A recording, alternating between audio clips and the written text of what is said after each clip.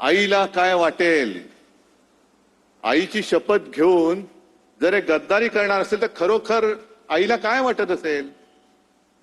आणि चूक आपल्या सगळ्यांची झाली, विशेषतः माझी झाली. आईची शपथ घेतल्यानंतर ह्यांनी पूर्वी एकदा आपल्याशी गद्दारी केली होतीच, तरी परत आले.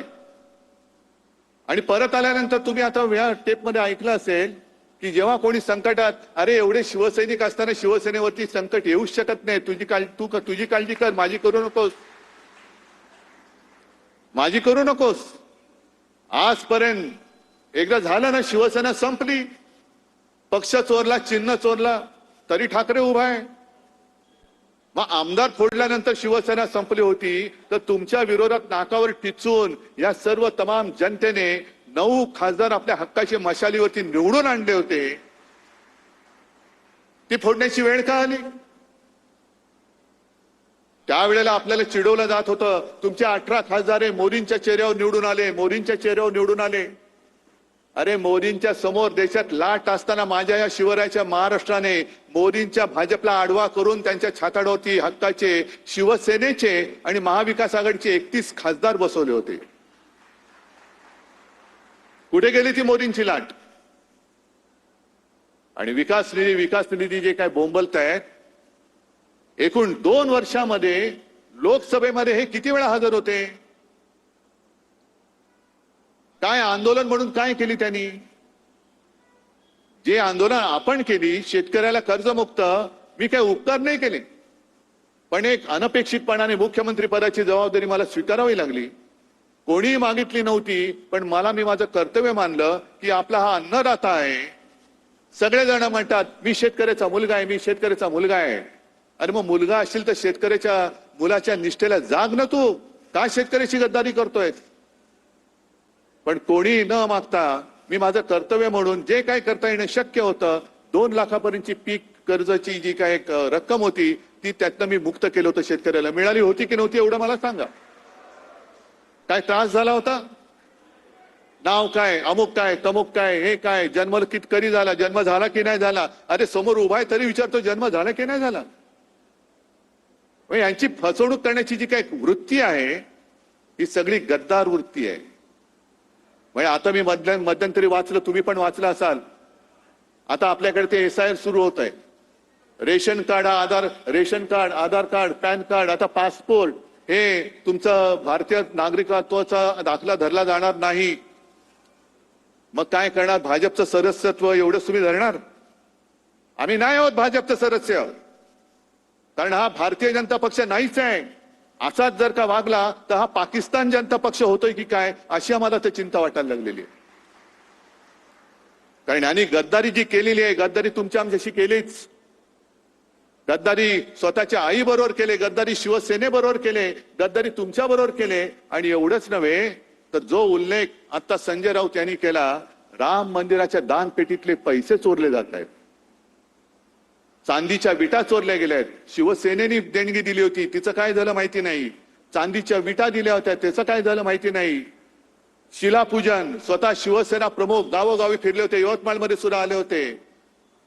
तिकडे सगळीकडे पूर्ण महाराष्ट्र शिवसेना प्रमुखांनी पिंजून काढला होता. राम मंदिर वही बनाएंगे, काय एक वातावरण झालं होतं. आणि तमाम हिंदूंना यांनी सगळ्यांनी साथ घातली होती. हिंदूंच्या भावनेशी गद्दारी करणारे हे भारतीय जनता पक्ष आहे. आज हा हिंदुत्वाचा अपमान आहे. ही गद्दारी शिवसेनेशी नाही, गद्दारी हिंदुत्वाशी केलेली आहे, गद्दारी या देशातल्या हिंदूंशी केलेली आहे. जाब फक्त या गद्दाराला विचारून नाही चालणार, जाब भारतीय जनता पक्षाला विचारावं लागेल. आपल्याकडे काय होते की जेवढ्याच तेवढं करून आपण विसरून जातो. ज्याप्रमाणे विधानसभेत आपलं सरकार यांनी पाडलं, गद्दारी करून पाडलं. 2.5 वर्ष तुम्ही राग तुमचा धुमसट ठेवला होता आणि तो राग त्यांना लोकसभेमध्ये दाखवून दिला. यांना काय वाटतंय की आता काही नसताना काही केलं तरी चालतंय. लोकांची स्मरणशक्ती किती आहे? किती आंदोलन करतील?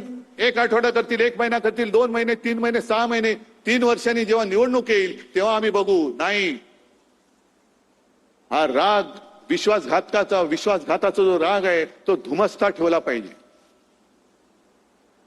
तुम्हाला जी मतं दिलेली आहेत ती जनता ही जिवंत माणसं आहेत. त्यांच्या न्याय हक्कासाठी म्हणून तुम्हाला मतदार तिकडे त्यांनी खासदार बनवून पाठवलं होतं. आणि विकास निधी कोणाला लागतोय? विकास निधी फक्त काय भाजपच्या बापाच्या मालकीचा आहे का? भाजपच्या विरुद्ध जे खासदार निवडून आले तिकडे भाजपचे मतदार नाहीयेत? आणि भाजपच्या विरोधात ज्यांनी मतदान केली ती जनता माझ्या समोर आहे, पूर्ण राज्यभर पसरले, देशभर पसरलेली आहे. ही जनता तर काय पाकिस्तानमधून आलेली नाही ना. आणि मग विकास निधीसाठी जर का काम अडलं असतं तर जो उल्लेख आपल्या आमदार साहेबांनी केला, देरकर साहेबांनी केला, तुकडोजी महाराज, गाडगे महाराज, यांना का विकास निधी लागला नाही? गाडगे महाराजांनी सुद्धा इकडे या विदर्भात खूप काम केलं. दशसूत्र त्यांची प्रसिद्ध आहे. जो भुकेला असेल त्याला अन्न देणं, जो तहानलेला असेल त्याला पाणी देणं, ज्याच्याकडे घर नाही त्याला घर देणं, ज्याच्याकडे वस्त्र नाही त्याला वस्त्र देणं आहे. आणि त्यांनी उभं केलं, एक समाजकार्य उभं केलं, स्वच्छता मोहीम राबवली. कुठे विकास निधी वाचून त्यांचं काम अडलं होतं? कोणतेही सत्तापद त्यांनी भोगलं नव्हतं. ना कधी आमदार झाले होते, ना कधी खासदार झाले होते. पण लोकांना शिक्षण दिलं म्हणून इतक्या वर्षानंतर सुद्धा लोक मुख्यमंत्री किंवा या गद्दाराला मानण्याच्या ऐवजी गाडगे महाराजांना नमस्कार करतात, तुकडोजी महाराजांना नमस्कार करतात. तुकडोजी महाराजांना सुद्धा राष्ट्रसंत म्हणतो. का म्हणतो आपण?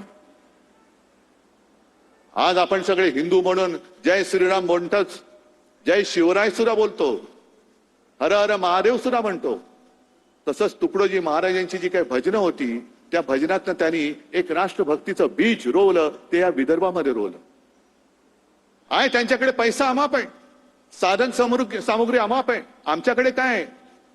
आमच्याकडे जिवंत माणसं आहेत. आणि तुकडोजी महाराज जे बोलले होते, तुकडोजी महाराज जे बोलले होते, जे शब्द, कदाचित शब्द मला आता पूर्ण शब्दाच्या आठवणार नाही. पत्थर सारे बॉम्ब बनेंगे, भक्त बनेगी सेना, झाडू झडेले शस्त्र बनेंगे, नाव लगेगी किनारे. काय नाही तर आहेत ना, दगड आहेत ते बॉम्ब बनतील. सगळी माझी भक्तांची सेना आहे, ते सैन्य होईल. हातामध्ये जे काही आहे ते शस्त्र होईल. आणि त्यातनं आपल्याला स्वातंत्र्य मिळालेलं आहे. स्वातंत्र्य हे निवडणूक जिंकून मिळालेलं स्वातंत्र्य नाहीये, तर इंग्रजांशी लढून मिळवलेलं स्वातंत्र्य आहे.